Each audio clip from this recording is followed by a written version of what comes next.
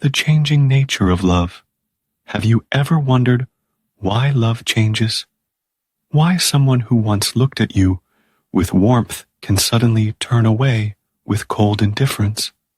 It happens so subtly, like the morning mist upon the mountain, soft, serene, and seemingly eternal. Yet, as the sun rises, the mist dissipates, revealing the bare, unyielding stone beneath. Many of us have experienced this transformation in love. One day, everything feels effortless. The laughter, the conversations, the quiet moments of simply being together. And then, without warning, something shifts. The warmth fades, the words become fewer, the presence less comforting.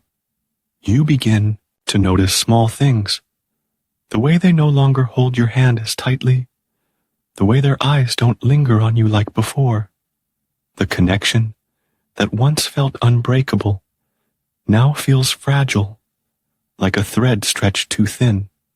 You ask yourself, what happened? Did I do something wrong? You replay moments in your mind, searching for clues, hoping to find the exact moment when everything began to change. But love, like the seasons, does not transform all at once. It fades gradually, like the slow descent of autumn leaves, until one day you wake up and realize the tree is bare. But perhaps love does not leave because of something we did. Perhaps it leaves because it was never meant to stay. In Buddhist and Zen philosophy, impermanence, anicca, is one of the fundamental truths of existence. Everything changes. The seasons turn, rivers carve new paths, and even the mountains that seem eternal are slowly worn away by time. Love, too, is subject to this law. The Buddha once said, "Just as a river never clings to the banks, it passes, so too does the heart flow from one state to another." Love is like the river. It moves, shifts, and transforms. The pain we feel when love fades comes not from love itself, but from our resistance to its natural course. We hold on to the way things used to be, wishing for a permanence that does not exist. This is a story about love, loss, and the wisdom of letting go. It is the story of Thomas, a man who once believed in the permanence of love, only to find himself standing in the ruins of what was once beautiful.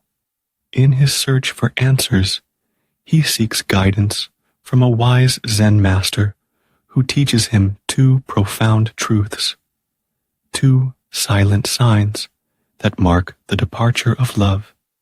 If you have ever experienced the pain of love slipping away, if you have ever held on to something that was already gone, then this story is for you. And as you read, I invite you to reflect. Have you ever struggled to let go?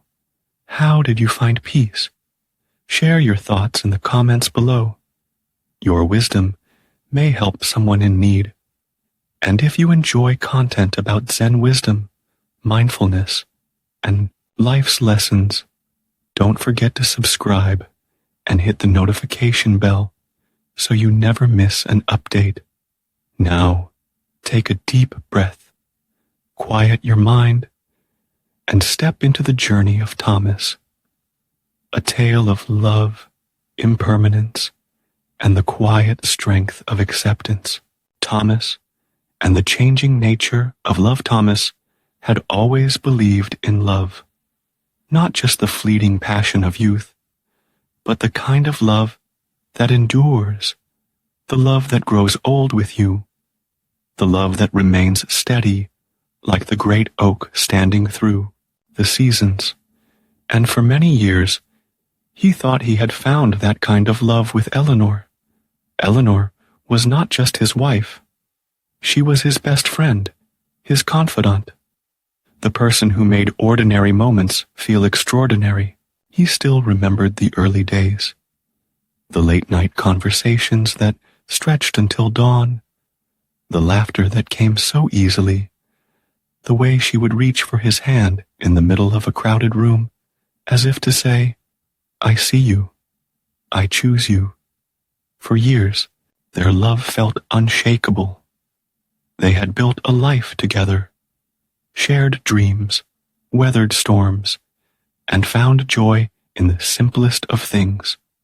But love, like the seasons, does not remain unchanged. And Thomas, though he wished to deny it, had begun to sense the first chill of autumn creeping into what was once the warmth of spring. At first, the changes were small. Eleanor's smiles, once effortless, now seemed practiced. The way she used to lean into him when they walked side by side, subtle, unconscious, was now absent. Their conversations, once filled with curiosity and laughter, had become functional, stripped down to the necessities of daily life. Thomas told himself it was nothing. Perhaps she was tired, perhaps preoccupied with work or life's many burdens. He convinced himself that love, even the strongest love, had quiet seasons, that it would return, full and bright, if he only waited patiently. But as time passed, the distance between them did not close. It widened. Eleanor began spending more time alone, retreating into books, into her thoughts, into spaces where Thomas no longer felt welcome. When he spoke, her responses were shorter, sometimes absent-minded. The warmth in her voice had faded, replaced by something more distant, more polite, like she was speaking to an acquaintance, rather than the man she once called my heart.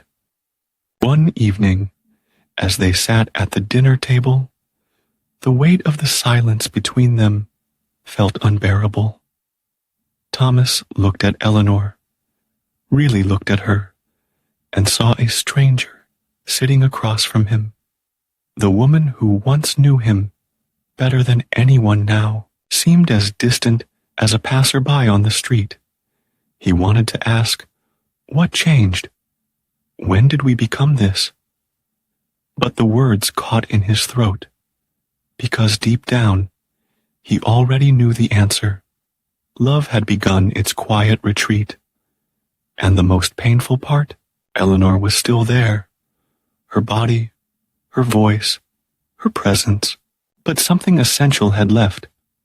Thomas had always imagined that if love were to end, it would be loud, dramatic, a storm that came crashing down, leaving no doubt that it was over. But now he realized, love does not always leave in a thunderclap. Sometimes it fades like the last ember of a dying fire, so slowly that you don't notice, until all that remains is cold ash. He felt powerless against it. How do you fight for something when the other person no longer holds it with you?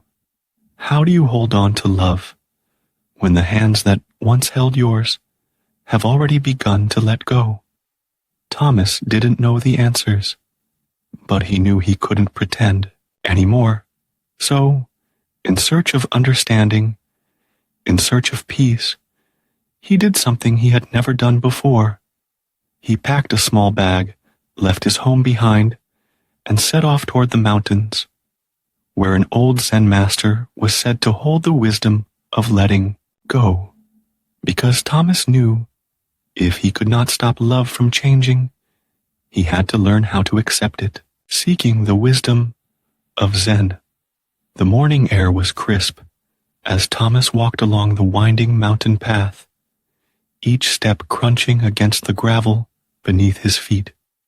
The journey was long, and though his body ached from the climb, it was nothing compared to the weight he carried in his heart. He had spent sleepless nights trying to understand what had gone wrong. Why Eleanor, the woman who once held his face in her hands as if he were the most precious thing in the world, now barely looked at him. He had replayed conversations in his mind, searching for the exact moment when things began to shift. But love does not mark its departure with a single event. It leaves in silence, in the spaces between words, in the absence of touch. And now, with nowhere else to turn, he sought wisdom from an old Zen master, a man rumored to possess a deep understanding of life's impermanence. If anyone could help him make sense of his pain, it would be him. Arriving at the monastery, after what felt like hours, Thomas finally reached the monastery, a simple yet serene place nestled between towering trees and the endless sky. The wooden gates stood open, as if inviting weary souls to step inside. A few monks moved quietly through the courtyard, their robes flowing like ripples on a still lake. Thomas hesitated. He was a man of logic, a man who had always believed that problems had solutions. But love, he was beginning to realize, was not something one could fix, like a broken chair or a leaking roof. It was something far more delicate, something that, once changed, could not simply be restored to what it once was.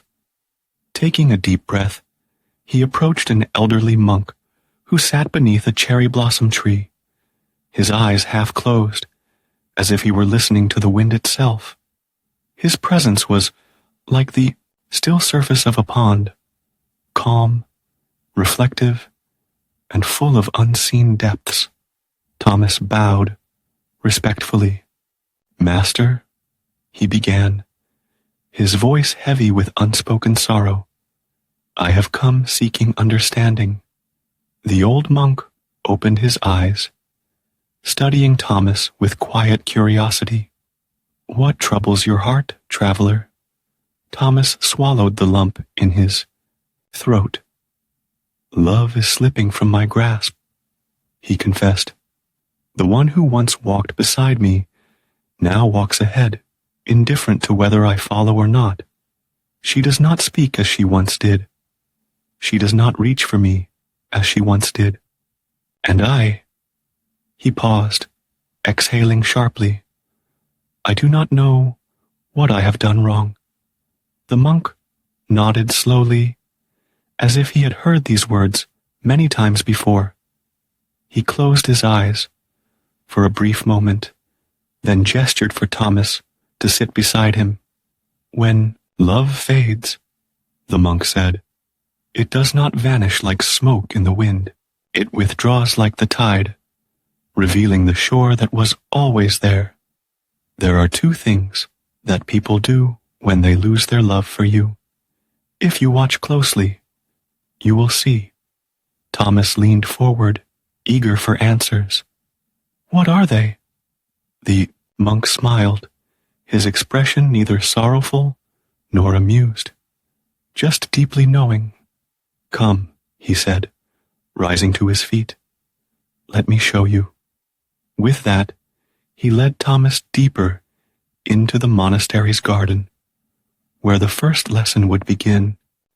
The first sign, withdrawing in silence. The monk led Thomas through a winding stone path within the monastery's garden.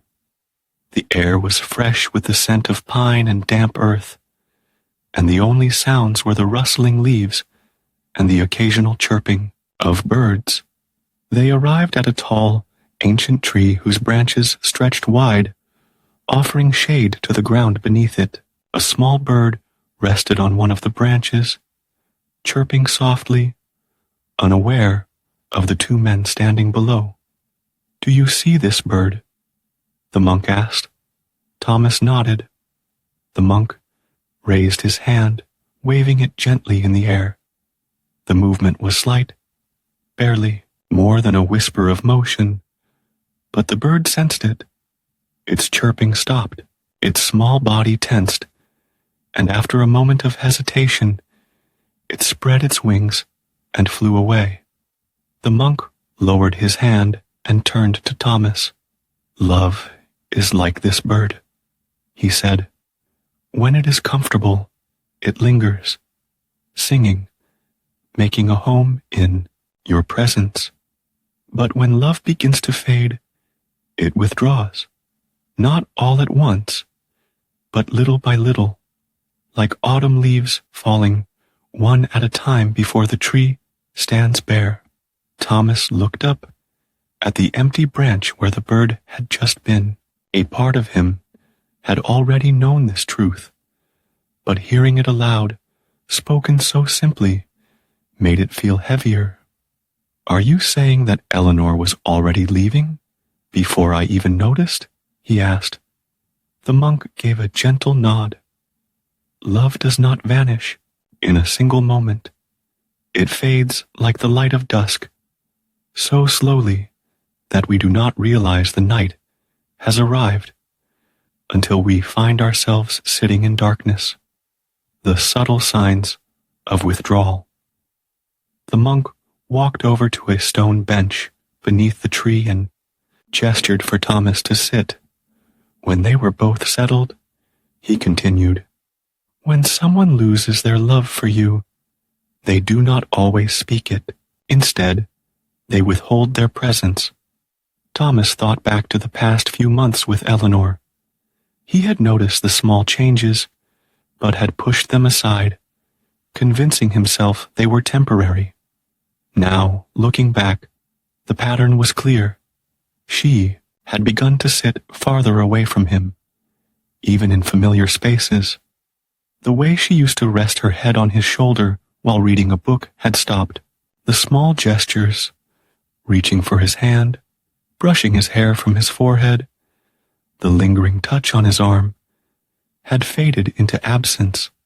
Her laughter, once so full and uninhibited, had become measured. Conversations that once stretched late into the night had become shorter, reduced to polite exchanges, and when he spoke, her responses came slower, as if she were elsewhere, lost in thoughts she did not want to share. He remembered the dinners at their favorite restaurant. They used to sit across from each other, hands occasionally grazing the table's surface as they talked about everything and nothing. But recently, she had begun looking past him, her eyes scanning the room as if searching for an escape. It had not been a sudden absence. It had been a gradual retreat, so quiet that he had mistaken it for something else. Stress, exhaustion, distractions. But it had been love, slipping away unnoticed, the pain of silence. Thomas clenched his hands into fists, his voice barely above a whisper. But why? Why do people not say it outright? Why do they let love die in silence? The monk regarded him with kind yet steady eyes. Because they themselves are still learning the truth. Thomas frowned. No one wakes up one morning and decides to stop loving, the monk explained. The heart moves before the mind understands. A person does not say, "I will withdraw today." They simply do. One day, they feel slightly different. A few days later, they do not reach for your hand. A week later, they no longer laugh as freely, and slowly, before they even realize it, they have already begun walking away in their heart while their body remains beside you. The words struck Thomas deeply. He had been waiting for a moment, some grand event that signaled the end of their love. But now, he realized that love did not always end in fire and fury. Sometimes, It ended in the quiet absence of what once was. He exhaled, his voice raw. So what should I do? Should I try to hold on? Should I make her stay? The monk's smile was filled with both wisdom and sadness. Would you chase the bird that has flown away? Would you beg the tree to hold on to its falling leaves? Thomas lowered his gaze. He already knew the answer. No, the monk continued softly. When love begins to withdraw, do not chase after it. Do not beg for what no longer wishes to stay. Love that is forced is no longer love. It is a prisoner in the heart's cage. And love, true love, must always be free. Thomas closed his eyes, letting the monk's words settle into his heart. He had spent so much time trying to grasp at something that had already begun to slip through his fingers. Perhaps it was time to stop fighting the inevitable.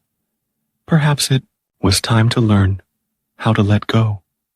After a long silence, he opened his eyes and looked at the monk. "And what is the second sign?" he asked, his voice quieter now, as if bracing for the truth. The monk stood, brushing off his robe. "Come," he said, gesturing for Thomas to follow. "Let me show you." And with that, they walked deeper into the garden, where another lesson awaited.